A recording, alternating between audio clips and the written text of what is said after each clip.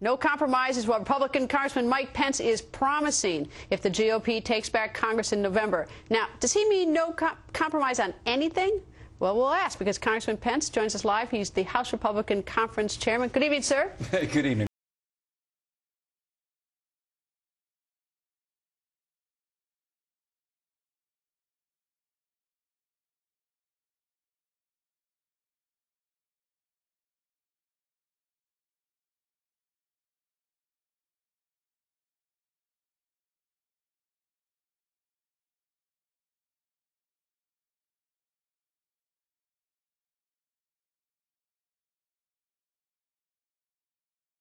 On supporting our troops or protecting the values of the American people in the way we spend the people's money. So, let's be clear on this. The American people, the millions of Americans that are rising up in this election, are speaking with one voice and saying enough is enough, and they're sending the men and women across this country into these competitive congressional races, and I hope down the street to Congress in just a couple of weeks, because they want to change the course of this government. And there's going to be no compromise on changing the course back to fiscal responsibility, limited government reform. How do we get bipartisanship in our government if right out the gate, assuming you take the majority in the House, and we still got to wait 10 days to see what that happens, but how do we have bipartisanship if right out of the gate you say no compromise?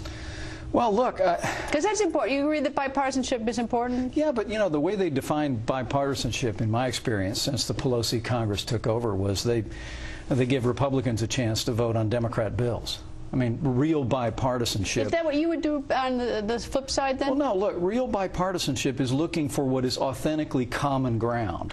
We can find common ground on support for our military. We can find common ground, I believe, on reforming the way Congress does business. We can find common ground in extending all the current tax relief for 2 years, as been proposed by people on the left and the right. But common ground is not compromise. I mean, if people are looking in and they think that men and women like Todd Young and Jackie Walorski, who are running great campaigns in Indiana, or people like Dennis Ross and Daniel Webster down in Florida, who I was with earlier today and yesterday, are coming to Washington, D.C. to meet liberals in Washington, D.C. halfway, they've got another thing coming. These people are coming to Washington, D.C. to change the way we do business, to change the direction of our national government back toward fiscal discipline, limited government, and reform. All right. And we should say, though, that the fiscal discipline, that your party itself has had problems in the past. Do you agree, the Republican Party, in terms of having discipline? Yeah, Greta, I think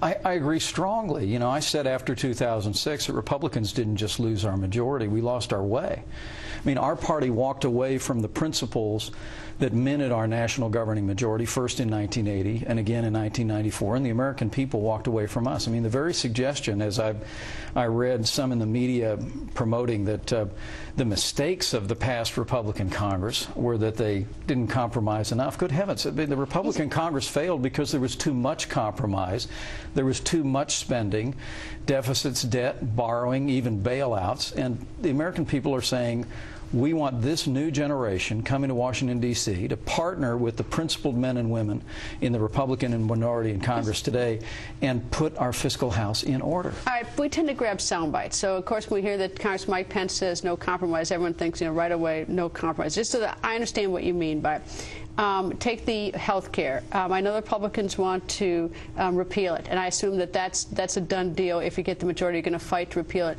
If you do repeal it, does it mean that you're unwilling to compromise, to discuss, and create any health care improvements? Are you willing to talk to the opposing party? Well, I think that's a very good question. When I said no compromise yesterday down in Tampa, Florida, I said there's going to be no compromise on our commitment to repeal Obamacare lock, stock, and barrel.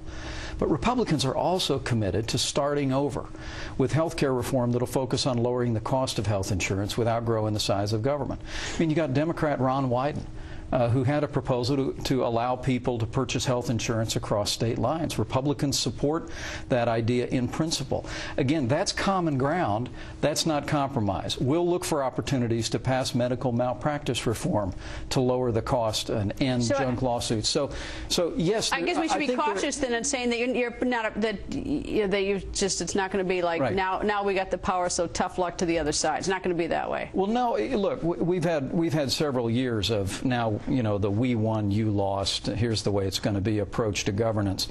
What Republicans are going to do is we're going to keep our word with the American people. We're going to take a stand to restore fiscal responsibility to Washington, D.C. We're going to get this economy moving again by standing up against more bailouts and more borrowing, by defending the current tax relief, promoting additional tax relief.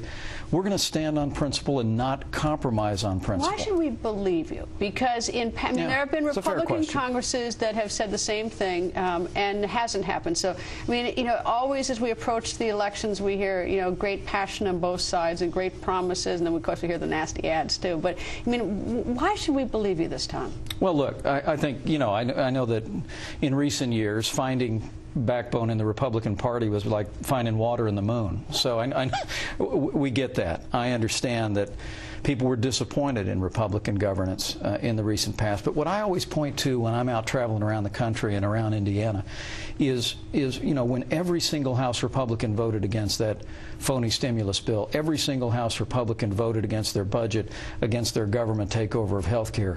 I think the American people have started to figure out that Republicans in Congress have learned our lesson, and you combine them with this extraordinary generation of men and women that are rising up in House and Senate races around the country. And I think they recognize that this is a new movement on Capitol Hill, and it's a movement that's going to say we're not going to compromise with political elites, with the establishment in Washington, D.C.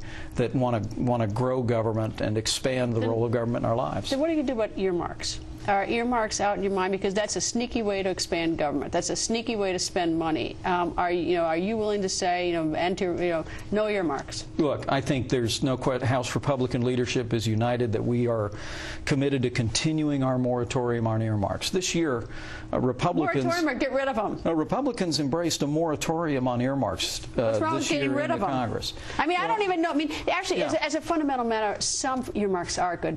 Some earmarks are important, and but they're like fighting words as well. But I mean, a moratorium seems to me is sort of not the courage to say we're going to get rid of them totally. Well, look, I think what we have to do is we have to extend the moratorium for the next Congress, and then we have to engage in a conversation with the American people about the nature of federal spending as a whole. I mean, we're going to look at this budget in totality, and we're going to look at domestic spending, defense spending, entitlement spending, and we're going to make the tough choices to put our fiscal house in order.